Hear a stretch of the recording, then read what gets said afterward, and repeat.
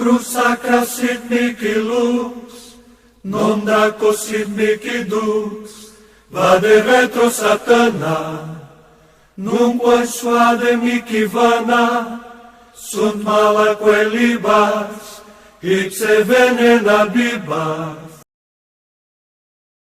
Quem é São Bento? São Bento nasceu em Núrcia, Itália, há mais de 1500 anos, mais precisamente no ano 480 depois de Cristo. Deseja hoje o mundo saber mais acerca da sua vida e da espiritualidade, especialmente acerca da sua poderosa proteção e intercessão pela Igreja Católica.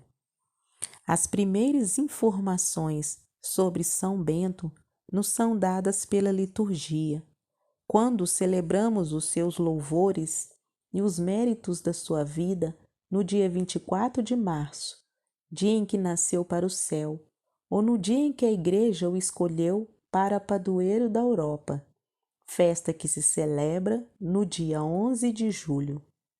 Viveu uma vida santa o nosso Santo Padre São Bento.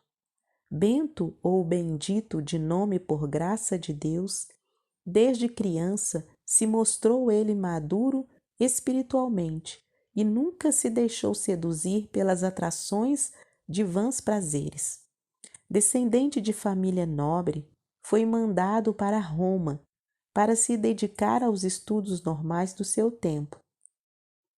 Vendo a grande corrupção que alastrava em Roma, bem depressa deixou essa cidade, abandonado os estudos das ciências puramente humanas, pois sentia dentro de si a profundidade da ciência divina.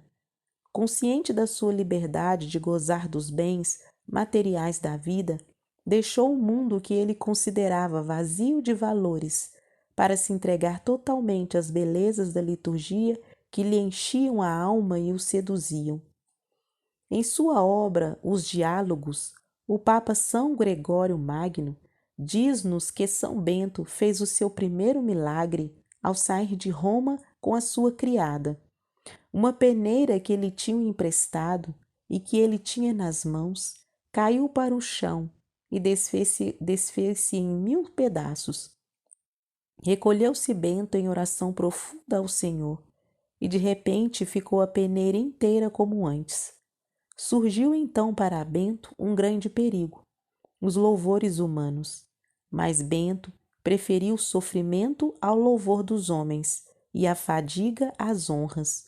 Abandonou tudo, despediu a criada e retirou-se para uma gruta em Subiaco. Na solidão, debaixo do olhar do Senhor, começou a estudar as sagradas Escrituras, que se tornaram para ele comida, conforto e luz. Mas não pôde a luz ficar por muito tempo escondido debaixo do alqueire. Foram ter com ele alguns pobres pastores para que ele os instruísse. Uma comunidade de monges de Vicovaro convidou-o para ser seu abade. Bento o aceitou, mas bem depressa se arrependeram. Os monges viram que Bento queria que voltassem a ser fiéis observadores da regra e por isso tentaram envenená-lo. Conhecendo a má intenção deles, que sem dúvida era inspirada pelo inimigo das almas, Bento traçou o sinal da cruz sobre o cálice que lhe apresentavam, e este, como se fosse atingido por uma pedra, ficou todo em estilhaços. Bento deixou esses falsos irmãos e voltou à sua amada solidão. Mas chegara um momento em que a lâmpada devia ser levantada bem alto, para que todos pudessem ser iluminados pela sua luz. Começou a espalhar-se a fama da sua santidade e muitos foram ter com ele para se colocarem a serviço de Deus Onipotente. Viu Bento nisto a vontade do Senhor. Construiu 12 mosteiros com superiores permanentes e 12 monges em cada mosteiro. Guardou consigo alguns monges, entre eles os jovens Mauro e Plácido, para os formar pessoalmente na vida monástica. Nascia assim a ordem beneditina. Guiado pelo Espírito do Senhor, deu Bento aos seus monges uma guia, a regra, admirável na sua simplicidade e caminho seguro para chegar ao reino dos céus. São Bento fundou a sua ordem sob a palavra de Deus.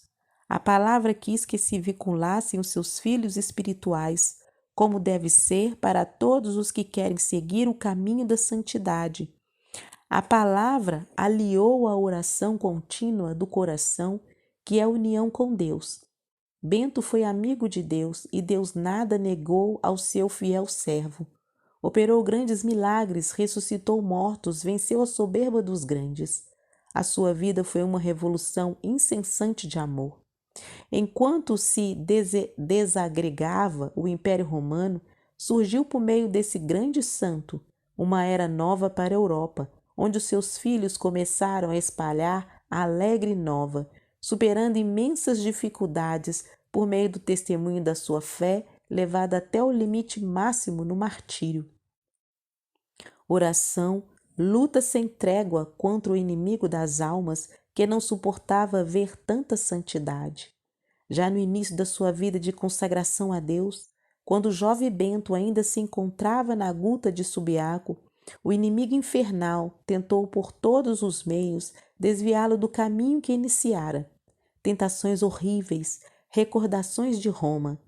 Encontrou-se o jovem no momento em que era mister fazer uma escolha definitiva entre Deus e o mundo que vivia de olhos fitos no maligno.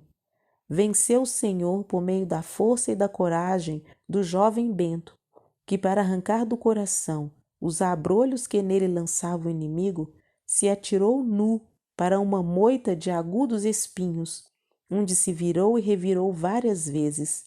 Escorreu abundantemente o sangue, mas o aguilhão das tentações da carne acabaram nele para sempre.